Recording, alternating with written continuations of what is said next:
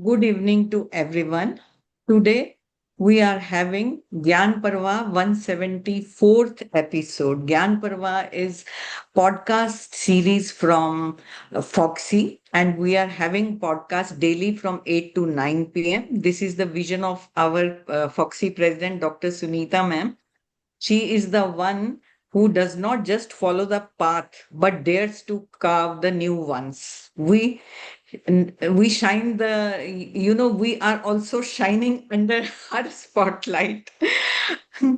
And her name resonates with excellence, resilience, revolutionary vision in the world of reproductive medicine, from orchestrating India's first stem cell baby at words first at the age of 45, and to holding some of the most prestigious roles in the country top medical associations like this Foxy, then president-elect of ISAR, founder president of Society of Ovarian Rejuvenation. Her influence spans upon continents and generations, and she is the force behind over 18 books and around 100 scientific publications and a sea of accolades, from IVF Icon of the Year award to the letter of recognition from the President of India. And she has started many new projects in our this Foxy and in the realm of women care. One, the most important one is Sampurna, that is the preconception care. The concept has come like a revolution all over. We are going to each and every society the smaller city societies, and we want to educate everyone about this, that a 9 months journey cannot just start randomly. It has to start after a good preparation. And today our topic of discussion is that once you give everything to the woman, you are actively participating and actively doing your work. But once you retire, then how to stay relevant? That is the most important thing, I think. And for that, nothing can be the best that I am having Dr. Gita Arjun today with me. And she is the great lady who has worked a lot in education of the fellows and education of the patients, public awareness, and doing a lot of work. And she is descendant of Dr. EV Kalyani, who is a greatest name in Chennai, I would say, or in South India. And they have a hospital by the name of EV Kalyani Hospital, and that has been there from 75 years. It started in 1949, and Dr. Gita has been very kind to educate, and she is has a passion to educate her fellows and her colleagues. And she had a series by the name of Progress, which went almost for 20 years, and it was so much sought after that me at Delhi in 2002 had come to attend that Progress series once. So that way I came to know about Madam. And Madam is a pioneer in the field of OBG, and she is a graduate from Madras Medical College and a celebrated gold medalist. And she completed her residency at St. Francis Hospital in USA and went to become a diplomat of American Board of Obstetrics and Gynecology and fellow of the American College of Obstetrician and Gynecologists.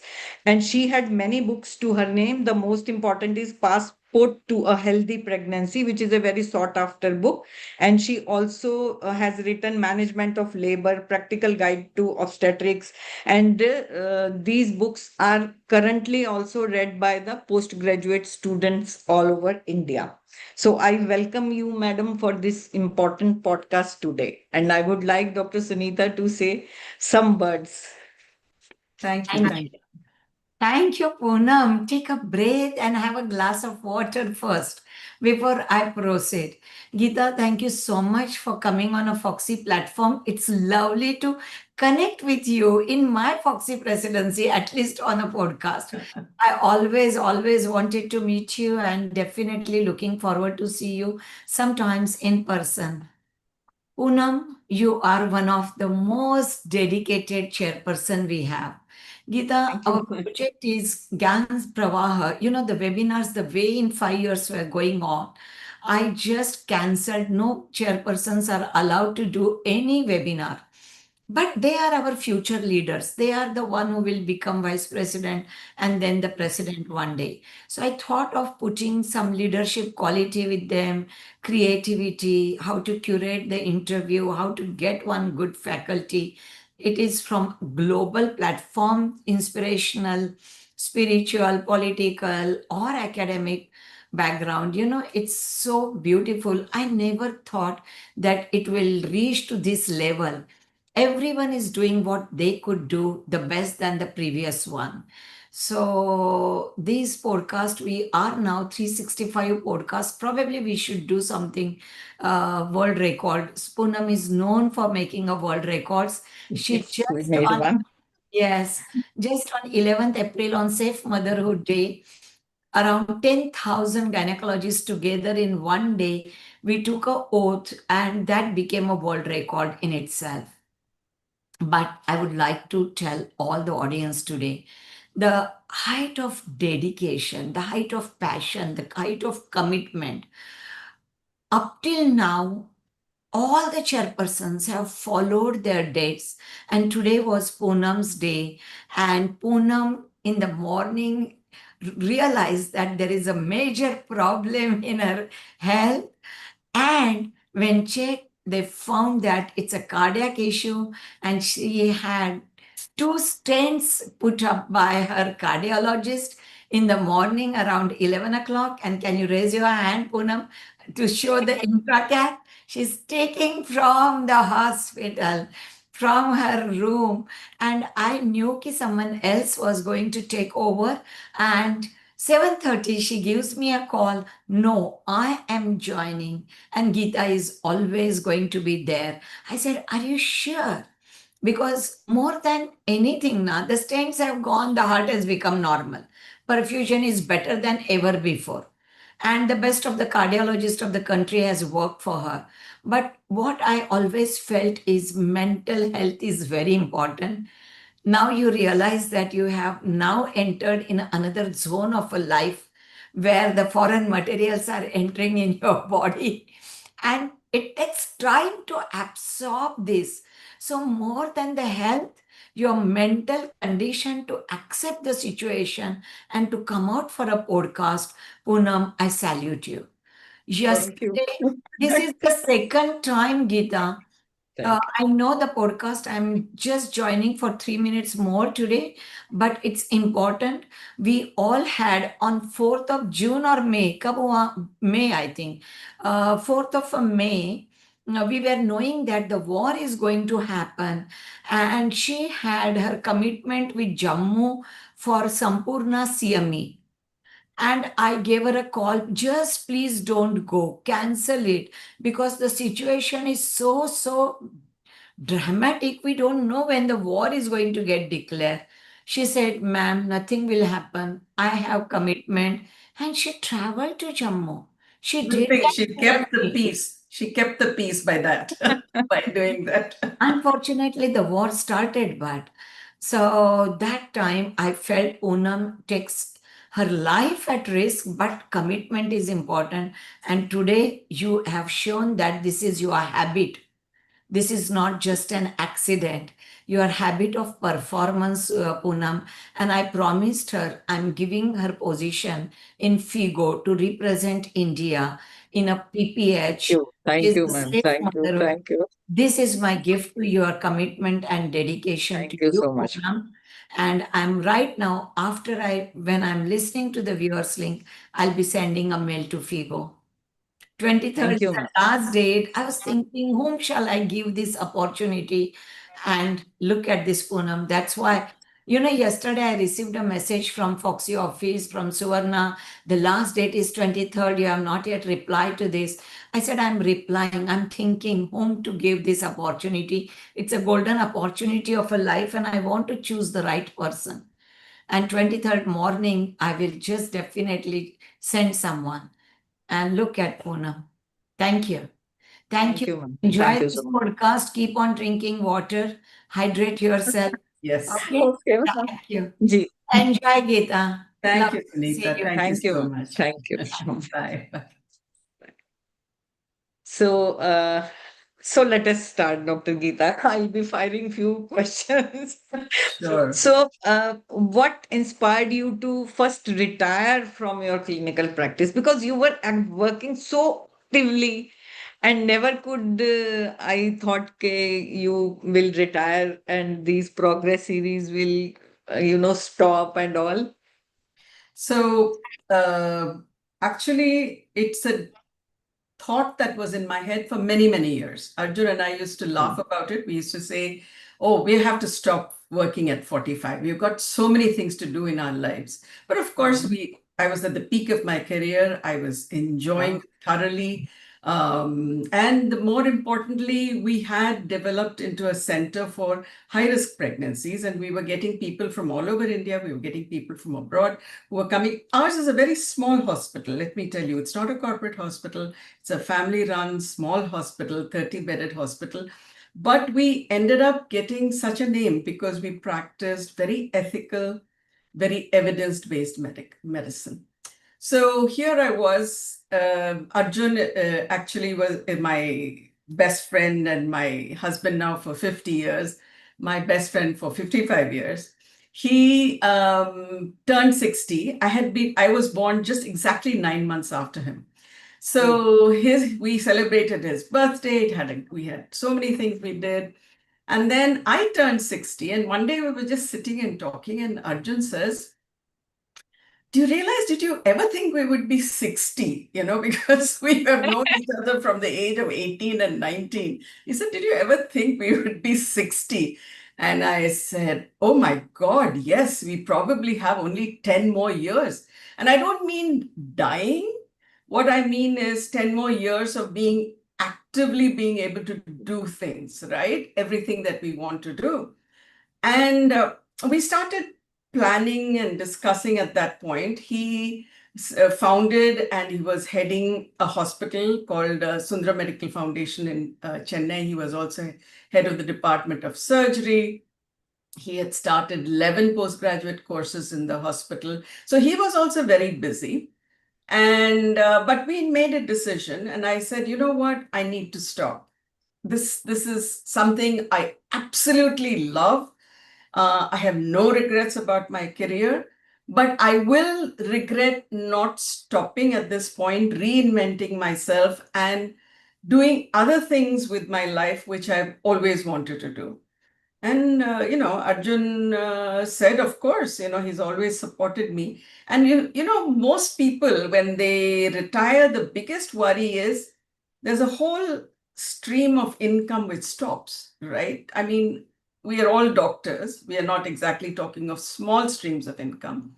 But we thought about it. And since, as I told you, we've been planning this for a very long time. It wasn't a sure thing that we will retire at 60 or 65 or 70 or whatever. But we said, we have to plan this. And very simple, Poonam, we eat one good meal a day. Okay, so we said that's all we need money for is to have one meal. We don't do 3 meals a day. So we said that. And if we can have one meal a day, and if we can travel, which we are passionate about, so that's about it. So it wasn't like a sudden thing. It was something that we had been discussing for years. So it was like a voluntary decision taken by both of you and not not forced by some external circumstance. Not at all, not at all. And Arjun had brought in a rule for his hospital that everybody had to retire at the age of 65. So he knew that if once another 4 years, he would also retire. So, it worked out fine for us. Yeah. So yours was a love marriage? Yes. We were, well, my father-in-law used to say, if yours is a love marriage, what is mine? A lust marriage? He used to go. So, yeah, we were classmates from the second year onwards. And from the third year onwards, we were both very academic. We used to all both, go for the same prize exams.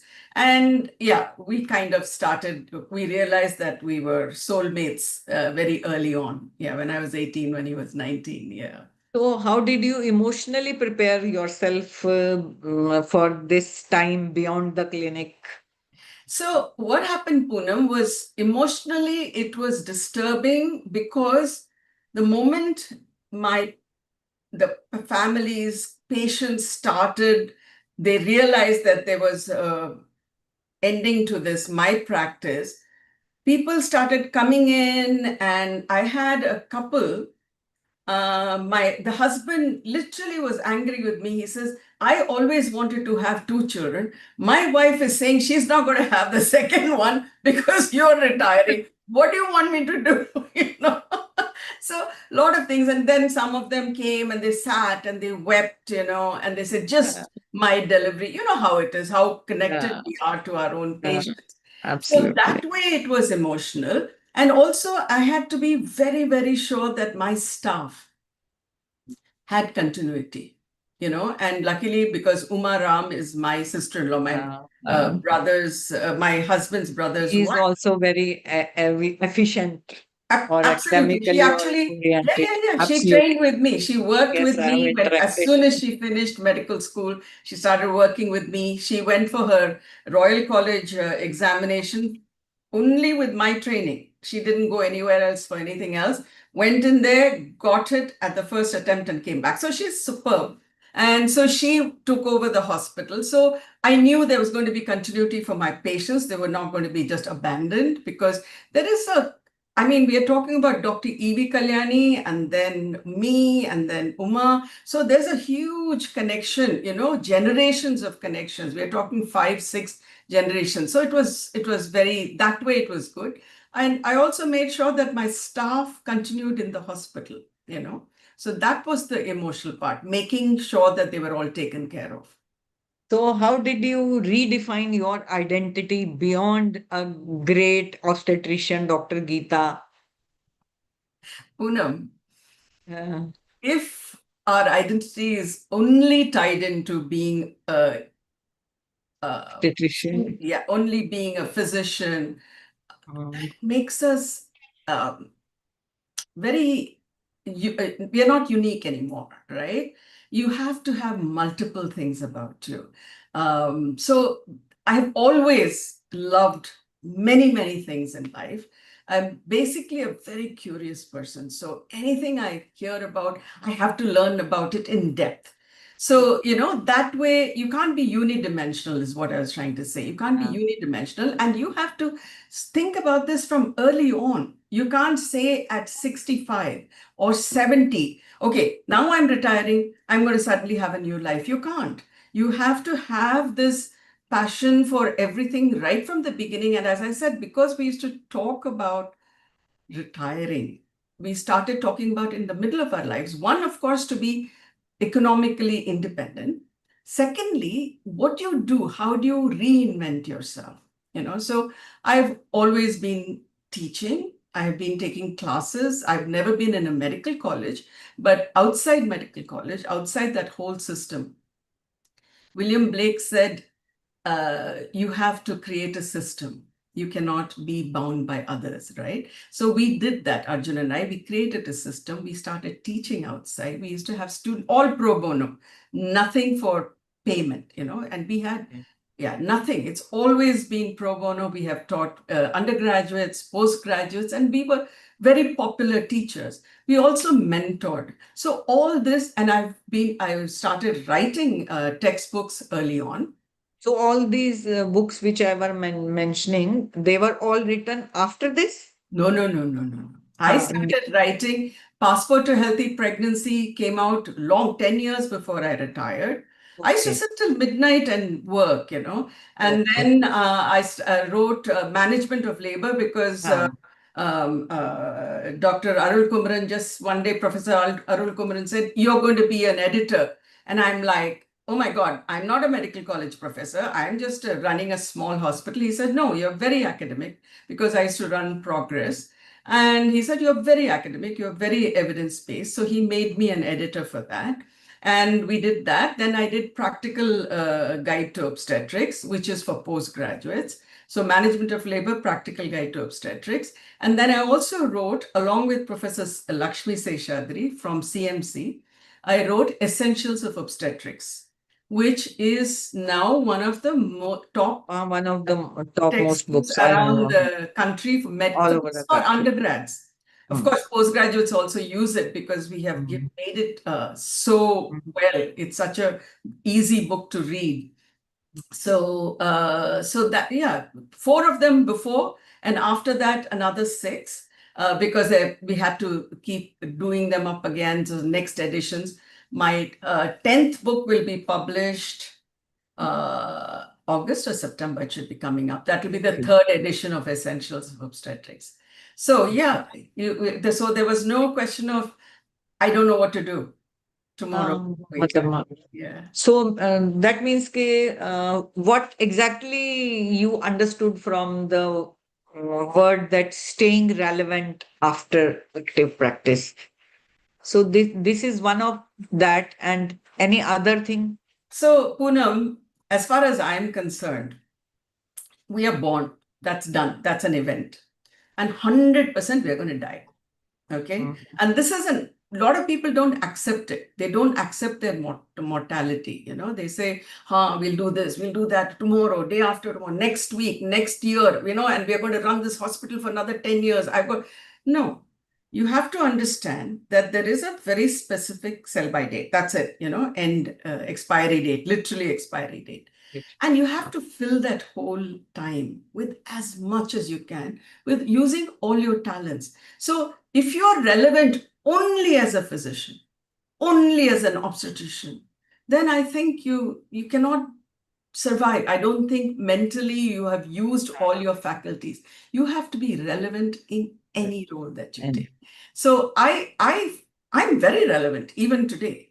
I'm very relevant to the youngsters who approach me, the ones I mentor, the ones I teach. Let me put it this way. I'm 73 and I retired 13 years ago, right? So my so-called relevance should have come to an end. Last month, a medical college in Kerala, the students were asked to select their own chief guest. Okay. They got together, the graduating class, they got together and they chose me. So I have to be relevant, right? I feel like I'm very pleased and I'm very delighted that they chose me because they're undergrad kids, they're just graduating. They must have read those books and they feel that I still have relevance in their lives. Okay. So absolutely. I have never felt irrelevant. I have never felt that. But what I think is that doctors struggle more than others to step away from their profession, because I think others are kind of forcibly stepped out कि जी आप तो retire हो गए, आप 62 साल के हो गए या 60 के हो गए. But doctors, they struggle, हाँ बंद करूं कि नहीं करूं, because they don't have the courage to stop it. So what do you think? I'll tell you what. There was one doctor I met when I was giving a lecture somewhere about retirement. This is a long time ago. We used to do classes for a corporate who invited Arjun and I to talk to all their retirees, the ones who are going to retire, the health part of it. One of their own doctors of that company came and told me, you know, my father, he retired, he had to retire at 58. And from then on, he was miserable at home. And I chose medicine because nobody can make me retire, which is true. If you're a doctor, you can sit even when you're 90, somebody will come and land up somebody in your will house surely come to your ask for your clinic or advice, right?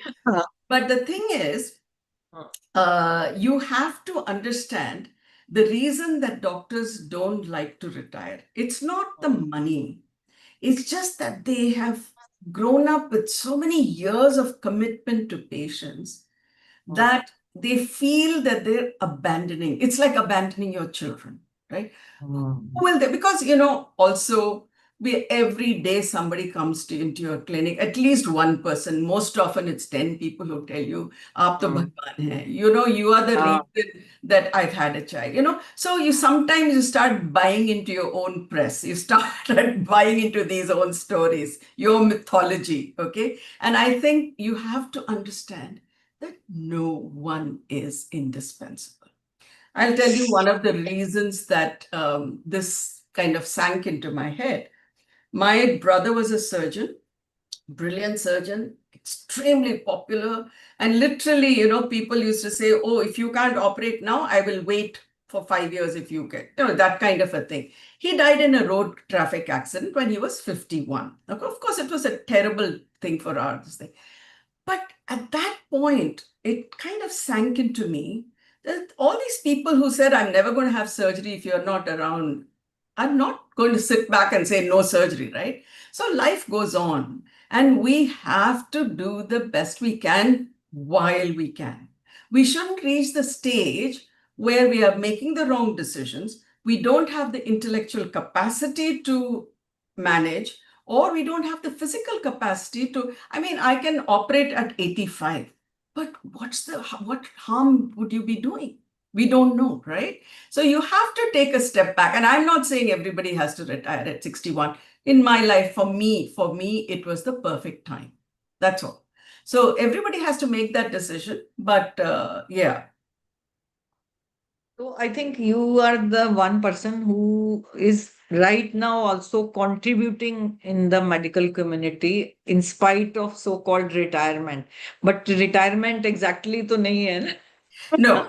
So I Maybe always it's tell. not like 9 to 5 work and running around at night, but still you are working and active. So one, you Absolutely. are writing books, other is you are taking classes of students, you are teaching, and what else you are doing?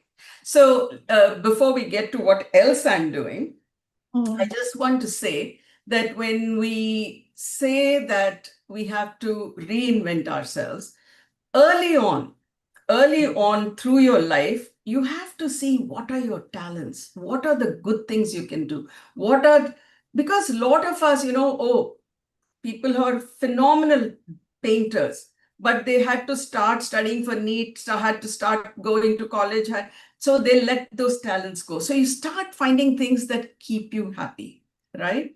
So other than all these other things, medical things that I do, Arjun always laughs. He says, "My God, we are busier now than we were when we were practicing," because morning to night, there are people who are calling us, who want advice, medical advice. And what can you do at this point? You can send them to the right people. You can guide them. You can say, "No, you don't need a hysterectomy because you have a 1 centimeter fibroid. You don't need a Yes. hysterectomy because you've finished having your babies." So you give them, so you're still relevant in that sense. People trust you because through your career, you have been trustworthy.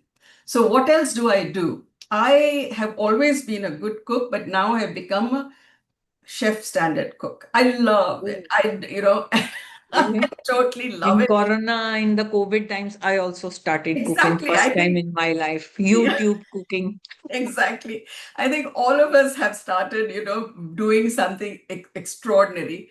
My gardens. I have gardens. Yeah, I am You can see the plant. crazy.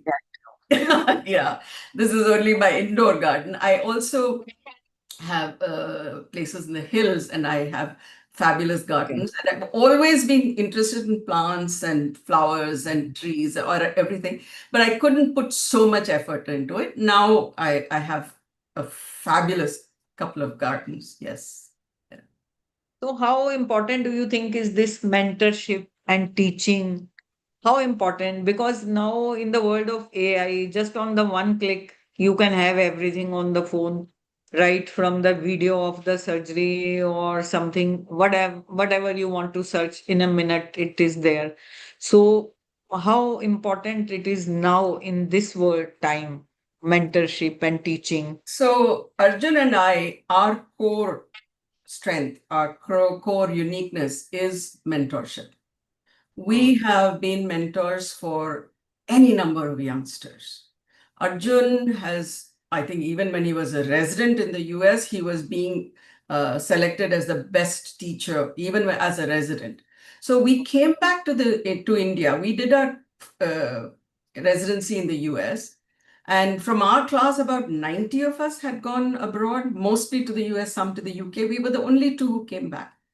And for a simple reason, we thought we had had a fantastic training in the US, and we wanted to bring it back, and we wanted to mentor youngsters. So mentorship is not just teaching. Mentorship is holding their hand. So any number of times, surgeries, I will make my juniors, how many of them have learned standing on the other side, doing the whole, because I'll tell you something, American people are very generous when it comes to teaching. And I learned so much. By the time I finished my residency, will you believe it, I had done 150 hysterectomies.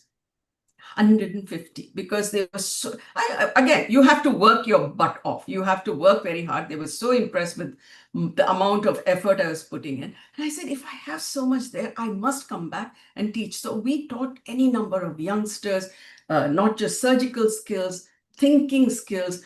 Arjun was one of the first to have started this evidence-based data. He used to give them data, and he said, now how do you solve the problem of this patient? What issue do they have? So we were actually the first. So mentorship is very important. And forget AI. AI is extraordinary for certain things. It will help you algorithmically. Okay. It will help you make, let's say, looking at X-rays. It will beat us hollow. There is no question, because it's just pattern recognition. It can do it very well. Can it look at pathology slides? Fantastic. Yes. But that empathy, that focus on patients, that focus that you have to put blinders on and nothing else matters. Your child could be sick. You could have a mother-in-law who is ill, but you put your blinders on and it is the patient. This is mentorship. This is mentorship to say that you cannot fool the patient. You cannot take advantage of the patient. You have to be so focused on them. That is mentorship.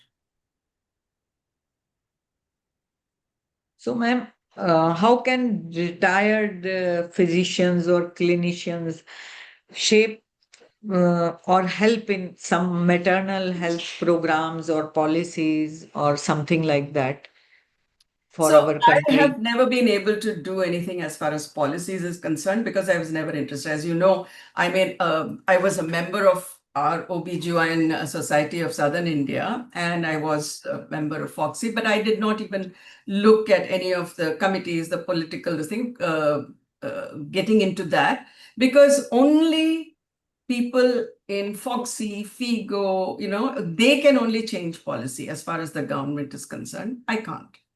But what I can do is train people who are going into Fogsi or hold positions like this to be ethical, to be evidence-based, and they can then change policy. How do we can't change policy, but how do we continue to teach? I think there are opportunities everywhere. Okay, for simple thing, one of a surgeon that we know, he's got a thing called Skills for Med, meaning you're teaching skills to nurses. And I've done a whole program where we train nurses online and in person. So I only wrote it. I just did the first few so that I could get it started. But after that, I'm not in. But all that I know, you can't waste this knowledge. So we put it into for nurses, and they're obstetric nurses especially. Okay, they need to know. And so you can be relevant. You can continue to pass on your knowledge and your experience. So you think that what do you feel these retired doctors or those who are not actively practicing, they should attend these CMEs, conferences or networking? Is it important for them also to do at some point of time, not maybe may not be in all? Yeah, that's fair enough, because I think what do we tell people about dementia? Play Sudoku. I say go sit in a conference. Choose 3 lectures. Don't sit from morning to night so that you can have the biryani in the afternoon. Okay. You go there, choose 3 good speakers. Yeah. relevant topics that you're not quite sure about, that you will actually, don't go just sit because it's a whole day of conference, okay? Choose people who are going to come there and give you evidence-based knowledge. Learn that, because, some relative will call, some friend will call, some old patient will call, and you have to be up to date. Okay. And that's extremely important. As far as I'm concerned, I don't think there has been a day in the past 12 years when I've not read some article, some medical related thing. Of course, because I'm writing books also, but also I say, oh, you know what? I'm not sure about this. And I quickly open up to date and I check it, because you have to keep that going. So yes, you have to attend, but don't go sit there from morning to night. And yeah, the other thing I will say to people who retire, have a structured day. That's the most important thing, because people have told me any number of times, I don't know how you retired. I don't know what to do with myself. When, if I retire, I don't know what to do from morning to night. Structure your day. So that is very important, literally. So did you ever feel ignored or underestimated after leaving your clinical work? कभी लगा ऐसे कि देखो लोग Poonam, कैसा I have सोचते a हैं? good नहीं? ego. I have a very good, solid ego. So I never felt ignored. In fact, Okay. wherever I go, the thing is, I'll tell you, if you have been kind to people, and this is what Maya Angelou said, is one of the famous poets. She said, people may forget what you did. People may forget what you said, but they will never forget how you made them feel. So if you made them feel seen, if you made them feel heard, you won't be forgotten. They will always remember you. So I've never felt ignored. I have been in airports in Frankfurt, in Abu Dhabi. I've been in any city in India, and people run up to me and say, you delivered my baby. So you can't be ignored, Again, not only that, medical students come up to me. So you can't be ignored. You can't be ignored. Yeah. So what values and principles from your practice do you want future OBGYNs should carry forward? The most important thing, you have to know medicine. You have to know what you're talking about. You have to be so up to date. And I would, in our consulting room, we had all our books there. Before this, looking it up and Googling it and stuff like that, we had all our books there. If we, because we were doing maternal fetal medicine, so very complicated cases used to show up. And if I did not know something immediately, I'd say, can I just have you wait for 5 minutes? Pull down the book. The rest of us, I always had a team. Junior doctors, I would have other consultants, and we'd quickly go through it, we'd sort it out, call them back. People are so much more confident when you give them proper data. If you make up stories, they're going to, tomorrow they will know you just didn't do it. So I would say, be true to yourself, be true to your profession, be true to your patient. There is no compromise when as far as that is concerned. Do you think the institutions or various associations can engage people like who are, well aware or well updated, and they are not actively practicing for the teaching purpose, for the other activities in the institutions? Oh, 100%, 100%. Where's the question about it? There is no doubt about it. See, I don't like to say that people who just say my experience, that's not this thing. It has to be evidence-based. So if you have Yes. good teachers who have done this all their lives, pull them in, have small seminars, even, in your own group of people. If there are youngsters, just make sure that somebody who's really smart comes and talks to them. It can be about communication. It can be about breaking. Communication has become so important these days. Yeah, Yes. having breaking bad news. You know what we did in Uh, Progress? One of our progress is what we did was we brought in a whole bunch of actors, took in some phenomenal consultants, and we did this whole thing about like one person comes in with a malignancy. How do you break the news? One person, the heartbeat is missing on the ultrasound. How do you break the news? So we did all this because that's what you can pass Today we through. have to face. And it's not just a question of facing because somebody's going to sue you. It's a question of being humane. You have to have that humanity in you to be able to make sure that they go on, carry on, and do this for their patients. So let us have some rapid fire, jaldi jaldi wale thode se. So, what brings you joy and meaning today? Today, my children, my Uh-huh. granddaughter, my What they are plants. doing, ma'am? What your children are doing? They are So, doctors? no, no, no, no, Oh, no. Not at all, not at all. See, we discovered when my son was, in my family, Arjun used to always make fun. My side of the family, everybody was a doctor. And he'd tell okay. everybody in their side, if a child is given a stethoscope and the child throws it out, the child is drowned. Nobody is allowed to survive if the child doesn't want to be a doctor. So my side of the family was all, and of course, all of us, Arjun went into science group, I went into science, and then when my son was in the eighth class, we realized he was very creative with his hands. And we Okay. said, if we and both my children were exposed to medicine and practice and coming for progress and seeing, slides and how to conduct a conference, how to deal with people, all that they learned on the job. But we realized he was not going to be as into science.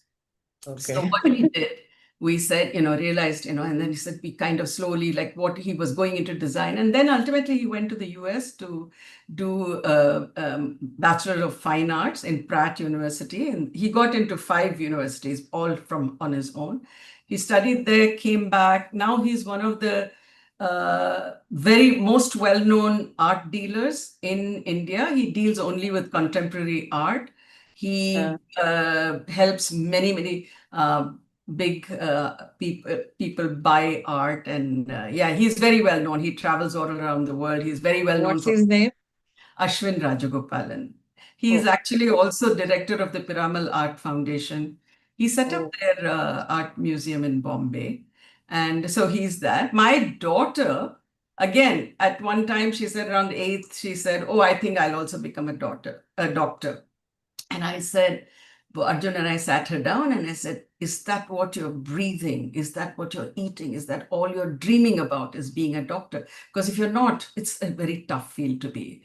She realized later on that what she wanted to do was education, but not teaching, but educating the underprivileged. So she did her undergrad in University of North Carolina in the US. Then she went back to do her graduation in education, a master's in education in Harvard. And she came back immediately. I told both my children, you should be staying there. Then I can say, oh, my child is in the US. I'm coming there. I'm going there for my holiday. No, they said, no, you guys came back. We are coming back. So they also came back. She works with a Global School Foundation, which is London based. And it impacts 120 million children around the world. She works with underprivileged children. She also travels. She travels a lot to Africa. She works with many schools, getting funding for many schools. And she's going to Brazil now for that kind of a thing. So she's also, but no doctors, no. so first thing which you did in the morning after that was your first day after retirement. What we actually did was we had planned that, see, when you are working with a group of staff, since you're an obstetric hospital, you can never shut down, right? So we used to only take half a group for a picnic or a lunch or a outing, and then the next half would go the next time, right?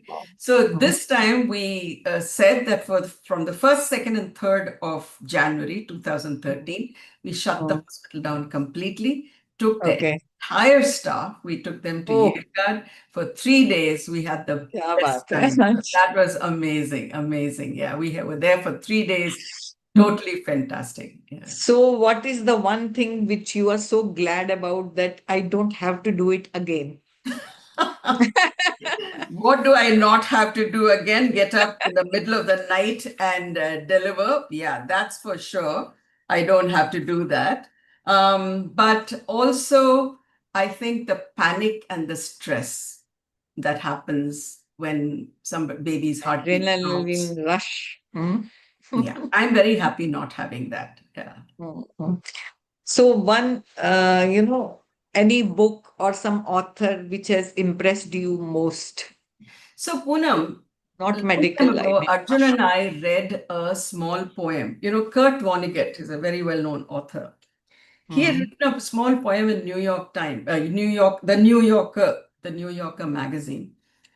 And it really had such an impact on us because he says in that little poem that he and Joseph Heller, who wrote Catch 22, again, I think 20th century is one of the greatest authors from the 20th century. They both had been invited to a billionaire's party and a huge house on Shelter Island of New York. And so Kurt Vonnegut asks Joseph Heller, "Hey, Joe, aren't you jealous of all this thing that he's got?" And Joseph Heller looks at him and he says, "I have something that he doesn't have." And Kurt Vonnegut says, "What? What is it?" And he says, "The knowledge that I have enough." That made such an impact on us. And from that day onwards, we would just look at each other and we'll say, the knowledge that we have enough. So you can keep wanting more and more and more, but you have to say, this is a thing. So, that is, I think, one of the greatest impacts it had on our lives and the way we have moved forward in that lives. So, one non medical skill which you wish you had picked up earlier. No, I wish I had been genetically gifted, would have been to be able to sing. If I sing, all the donkeys from the neighborhood would come towards the house. So that's the only genetic gift I totally miss. That's the one non-medical skill I wish I'd had. So, one word which you feel, one word for yourself. Is it happiness? Is it contentment? What one word you feel now for yourself? Oh, you mean post-retirement? Or is Yeah, it just about myself? post retirement about yourself. Okay. Post-retirement, I would not say extraordinarily excited. Always. Extraordinarily Always. excited. It's two words, but that's me. I'm always excited about anything and everything. I love things. I love life. So, Instagram, podcast, YouTube, or writing books, which platform would you choose to share your wisdom? I think I'm Which done is with best, you writing. think? Yeah, I think I'm Writing done is, with you think, writing is the books best. because I've stopped clinical thing. I have just discovered Instagram and I've started Okay. posting. And once this Reels. is, yeah. Okay. It's at I missed it. Gita Arjun 2. So, Nee, yeah, I will look. so I post a lot of things, a little bit of advice, some cooking, some this thing, but I do intend to do much more because recently, when we shut the hospital down, there was a small clip in which I just talked a tiny bit and it's had more than 93,000 views. So I said, Oh, I'm still relevant. Obviously, people of are course. the number of comments, the number of people who reached out to me, people who have delivered, with the me. And so I said, okay, I think we have to start that also. So yeah, I think right now in this time of short attention spans, I think Instagram works. Yes. So one daily ritual which you never miss to do. My most lovely time in the day is, okay, little secret, Poonam. I do not wake up at 4:30, 5:30, 6:30. I'm done with that. I'm done with getting up early in the morning. I wake up between 7:45 and 8. Okay. That's, I may not even be, I may be awake before that, but I don't rush getting out of bed, right? I have my time to think, plan the day, all those things. My ritual, the best thing that I like is get up, have a cup of flavored tea. Okay. I burn a scented candle, one of these Bath and Body Work candles. I sit among my plants and just sip on this and look out at my plants, the world. I just love it. That's my thing. I will not, and occasionally I will sit with a book of poems. I will sit with The Prophet by Khalil Gibran, which I think has all the answers to anything that you want to question in your life. Just read a tiny bit, 2 lines. That's a very, very special time for me. So if you could go back and give your younger self one tip about retirement, what would it be? Oh, it's going to be great. You're going to have the best time of your life. You're going to just enjoy it. So yeah, that would be my advice. And as long as you keep your life structured. If you get up in the morning, you must have a plan for every hour of the day. If you just start the day and then say, oh, I don't know what I'm going to do next, then it's going to be a very boring time. So what's your post-retirement, the proudest moment post-retirement so far? Actually, the proudest moment has happened several times, is that we meet people, and because now it's 13 years since I retired, right? We meet people and they may not quite know who I am, but then when they hear my name, they say, oh, you are Yes. Anand's parents. Oh, you are Kavita's parents. And I'm like, oh my goodness, yes, they have done what we have done. I am not Gita Arjun now. Yes, I'm their parent, And I'll tell you something, the one thing that we made a strong decision about, is we told our children, undergraduate education we will pay for. From then on, you have to stand on your own feet. And they have done extraordinarily well. They've done extraordinarily well. Yeah. So if not medicine, what you would have pursued in life? Writing, for sure. Not medical books. Okay. I still have a book coming out sometime. It's inside me. I think there is a novel or a book of poems. It's there for sure. So author, yes, for sure. So I think we are coming to end, and the last question I would like to ask is that what legacy do you want to leave behind for our young obstetricians who are working in India? The legacy or the advice, I would say never give up on kindness. It has to pervade every aspect of your life. You have to be kind, not because they will pay you. You have to be kind, not because they will say, oh, you're Bhagwan. You have to be kind because that should be part and parcel of who you are. You have chosen medicine. Medicine is not a business. You can make money. I mean, I always tell people the amount of money a doctor makes is totally inversely proportional to the amount of studying we do. Okay. Yes, we work hard, but it's totally out of proportion. So work very hard and don't sit and count the money. It'll come. It'll come. You will be surprised. As long as you're kind to people, as long as you are truly invested in them and in their health, that'll come later. As long as you are ethical. Ethical, cannot break the rules. You have to be evidence-based, and most importantly, kindness. Don't ever give up on that. So, have you ever been tempted to go back to active practice in Never. all these years? Never. Never wanted to, because again, it took me a year and a half to come to the point where I could walk away. right? It wasn't just like this morning I woke up and tomorrow I'm not working.